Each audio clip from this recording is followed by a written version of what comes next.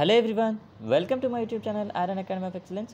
So third phase web ఆపరేషన్స్కి ఎవరైతే వెళ్దాం అనుకుంటున్నారో వాళ్ళకి సీట్ అలాట్మెంట్ గురించి చాలా డౌట్స్ ఉన్నాయి కదండి. లైక్ థర్డ్ ఫేజ్లో సీట్ వస్తే సెకండ్ ఫేజ్ సీట్ క్యాన్సిల్ అవుతుందా, or else first phase seat cancel అవుతుందా, లేకపోతే థర్డ్ ఫేజ్లో సీట్ రాకపోతే మా సీట్ అలానే ఉంటుందా. సో ఇవన్నీ డౌట్స్ ఉన్నాయి కదా. సో వాటన్నిటిని నేను అఫీషియల్ వాళ్ళు ఇచ్చిన ఇన్స్ట్రక్షన్స్తో మీకు చూపించి నేను క్లియర్ చేసే ప్రయత్నం చేస్తాను. అదేవిధంగా special category seat allotment like NCC కానీ, పిహెచ్సి కానీ, క్యాప్ కానీ వీళ్ళకి ఆల్రెడీ సెకండ్ ఫేజ్లో ఎవరైతే ఆల్రెడీ వెరిఫై అయిపోయిన వాళ్ళు ఉన్నారో, లేకపోతే ఆర్ ఎల్స్ జస్ట్ ఆన్లైన్లో అప్లోడ్ చేసి ఊరుకున్న వాళ్ళు ఉన్నారో, సో వాళ్ళు థర్డ్ ఫేజ్లో మళ్ళీ రీవెరిఫై చేయించుకోవచ్చా, ఆర్ ఎల్స్ డైరెక్ట్ వెరిఫై చేయించుకోకపోయినా కూడా ఆల్రెడీ వెరిఫై అయిపోయింది కాబట్టి సో వాళ్ళు eligible third phase special category కిందకి అని అంటే, సో దాని గురించి కూడా నేను చెప్పే ప్రయత్నం చేస్తాను అండి. సో అదేవిధంగా స్కాలర్షిప్ గురించి చాలామంది డౌట్స్ అడుగుతున్నారు. సో దాని గురించి కూడా చెప్పుకునే ప్రయత్నం చేద్దాం. సో లేట్ చేయకుండా కంటెంట్లోకి అయితే వెళ్దాం. సో మన ఛానల్ రావడం ఇదే ఫస్ట్ టైం అయితే ప్లీజ్ డూ సబ్స్క్రైబ్. సో ఇక్కడ చూసినట్లయితే ఇవి వచ్చేసి సిపిజెడ్ థర్డ్ ఫేజ్ వెబ్ ఆప్షన్స్కి ఎవరైతే వెళ్దాం అనుకుంటున్నారో సో వాళ్ళకి ఇచ్చిన ఇన్స్ట్రక్షన్స్ అండి. సో ఇక్కడ క్లియర్గా చూసుకున్నట్లయితే ఇవన్నీ జనరలే. ఒక్కసారి సెకండ్ పాయింట్ చూసినట్లయితే, since it is the final phase of certificate verification and web options, candidates are advised to be extremely careful in exercising web options. Those who have already taken admission must note that in case they give options, if they get seat allotment, their previous admission will be automatically cancelled. In case they don't get any allotment, the previous admission will remain as it is. So ఇప్పుడు ఎవరైతే like first ఫేజ్లో కానీ second ఫేజ్లో కానీ ఒక college seat వచ్చింది, like అరోరానో ఏదో తీసుకుందాం. సో అందులో మీకు సీట్ వచ్చింది, మీకు నచ్చలేదు ఆ కాలేజ్. సో మీరు థర్డ్ ఫేజ్కి వెళ్దాం అనుకుంటున్నారు. ఇన్ కేస్ మీరు థర్డ్ ఫేజ్కి వెళ్దాం అనుకుంటే like third phase web options ఇస్తే, సో థర్డ్ ఫేజ్లో ఒక సీట్ వస్తే మీరు అరోరా కాలేజ్ ఏదైతే ఉందో ఆ సీట్ అనేది క్యాన్సిల్ అయిపోతుంది. సో మీరు థర్డ్ ఫేజ్లో ఇప్పుడు కొత్తగా ఫ్రెష్గా ఎందులో అయితే అలాట్మెంట్ వచ్చిందో దాంట్లో జాయిన్ అవ్వక తప్పదు. వేరే యాజ్ మీకు సీట్ రాకపోతే మీ అరోరా సీట్ అనేది అలాగే ఉండిపోతుంది. సో ఇది మీకున్న మేజర్ డౌట్ కదండి. సో థర్డ్ ఫేజ్కి వెళ్తే ముందున్న సీట్ ఆటోమేటిక్గా క్యాన్సిల్ అయిపోతుంది. అసలు వెళ్తేనే క్యాన్సిల్ అయిపోతుందా అని అడుగుతున్నారు కొంతమంది. ఏదో జస్ట్ మీరు ఆప్ చేసుకున్నంత మాత్రాన్ని క్యాన్సిల్ అయిపోదండి.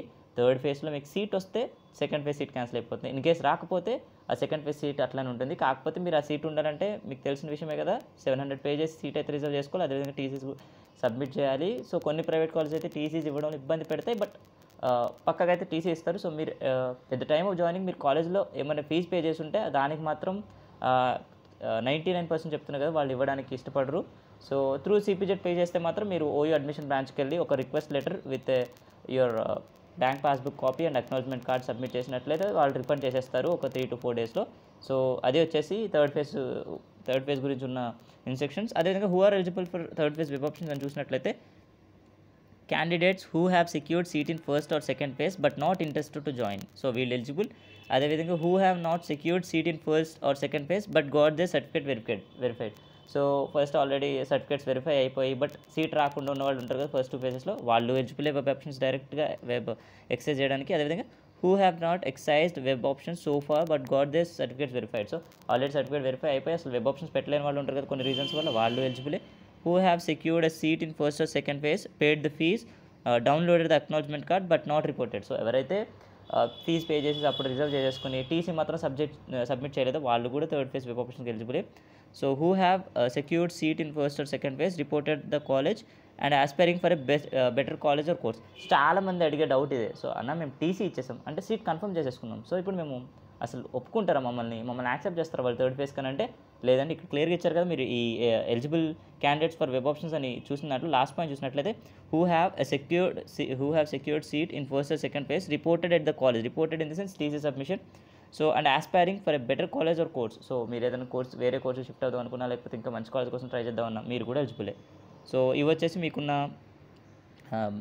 స్పెషల్ ఇన్స్ట్రక్షన్స్ అండి. సో ఇంకొన్ని ఇంపార్టెంట్ ఇన్స్ట్రక్షన్స్ ఇచ్చారు. So candidates who are satisfied with their previous allotment and paid the tuition fees through online and reported at the college, submitted TC, need not exercise web options once again. So ఎవరైతే already మీ సీట్తో satisfy ఉన్నారో so మీరు మళ్ళీ web options excise చేయకుండా అంటున్నారు. అదేవిధంగా candidate shall note if they exercise web options now and seat is allotted as per the options, the vacated seat will be allotted to next meritorious candidates and hence they will claim no previous allotment. So ఇప్పుడు మీరు ఎవరైతే third ఫేజ్లో ఒక seat వచ్చిందో so మీ second phase seat అనేది ఉంటుంది కదా, అది మీకు మీ తర్వాత ఉన్న ర్యాంక్ వాళ్ళకి ఆటోమేటిక్గా వెళ్ళిపోతుంది. సో మీకు దాని మీద ఎటువంటి రైట్ ఉండదు అని చెప్పేసి వాళ్ళు అంటున్నారు. సో ఇది వచ్చేసి ఇప్పటివరకు ఉన్న థర్డ్ ఫేజ్కి ఉన్న ఇన్స్ట్రక్షన్స్ అండి. సో మీరు థర్డ్ ఫేజ్ వెబ్ ఆప్షన్స్కి వెళ్ళే ముందు సో 23rd నుంచి స్టార్ట్ అవుతుంది, 22nd నుంచో 23rd నుంచి స్టార్ట్ అవుతుంది కదా. సో మీరు వెబ్ ఆప్షన్ చేసే ముందు గుర్తుపెట్టుకోండి, మీకు ఒక కాలేజ్ వచ్చింది సెకండ్ ఫేజ్లో, దానికన్నా హైలీ ప్రియబుల్ కాలేజెసే తీసుకోండి. దానికన్నా లోలీ ఇంకా లెస్ ప్రియబుల్ కాలేజ్ తీసుకున్నట్లయితే మీకు ఏమవుతుందంటే మీరు సెకండ్ ఫేజ్లో మంచి కాలేజ్ ఉన్నా అది లూజ్ అయిపోతారు. సో ఇంకా లెస్ కాలేజ్ వచ్చినా మీరు బెస్ట్ ఆఫ్ 2 తీసుకునే ఛాన్స్ లేదు కదా. సో దానికన్నా బెటర్ కాలేజ్కే ట్రై చేయండి. రిగార్డింగ్ ప్లేస్మెంట్స్ కానీ ఫ్యాకల్టీ కానీ కొంతమందికి అటెండెన్సీలో ఎక్సెప్షన్స్ ఉన్నాయి. సో వీటి గురించి మాట్లాడుకుని మీరు డీటెయిల్స్ అన్ని కనుక్కొని వెబ్ ఆప్షన్స్కి వెళ్ళండి. సో ఫైనల్ ఫేజ్ మళ్ళీ ఇంకో ఆప్షన్ ఉండదు. వీలైన ఇన్ని ఎక్కువ కాలేజ్ ఇప్పటివరకు సీట్ రాలేని వాళ్ళు ఎవరైతే ఉన్నారో వీలైన ఎక్కువ కాలేజ్ ఇవ్వండి. సో నెక్స్ట్ మాట్లాడుకున్నట్లయితే ఎన్సీసీ వాళ్ళది చాలా డైలమాలో ఉన్నట్టున్నారండి మీరు. సో రిపీటెడ్గా అడుగుతున్నారు. సో ఏంటంటే ఆల్రెడీ సెకండ్ ఫేజ్లో సర్టిఫికేట్ వెరిఫికేషన్ స్పెషల్ కేటగిరీ కింద ఈ పర్సనల్గా వీళ్ళు సర్టిఫికేట్స్ అయితే వెరిఫై చేయించుకున్నారు. ఓకే, అక్కడి వరకు బాగానే ఉంది. ఇప్పుడు థర్డ్ ఫేజ్లో మళ్ళీ స్పెషల్ కేటగిరీ సీట్స్ కొన్ని అయితే వెకేట్ ఉన్నాయి. సో వాళ్ళ కోసం అని చెప్పేసి మళ్ళీ స్పెషల్ కేటగిరీ రిజర్వేషన్స్ అనేవి పెట్టారు.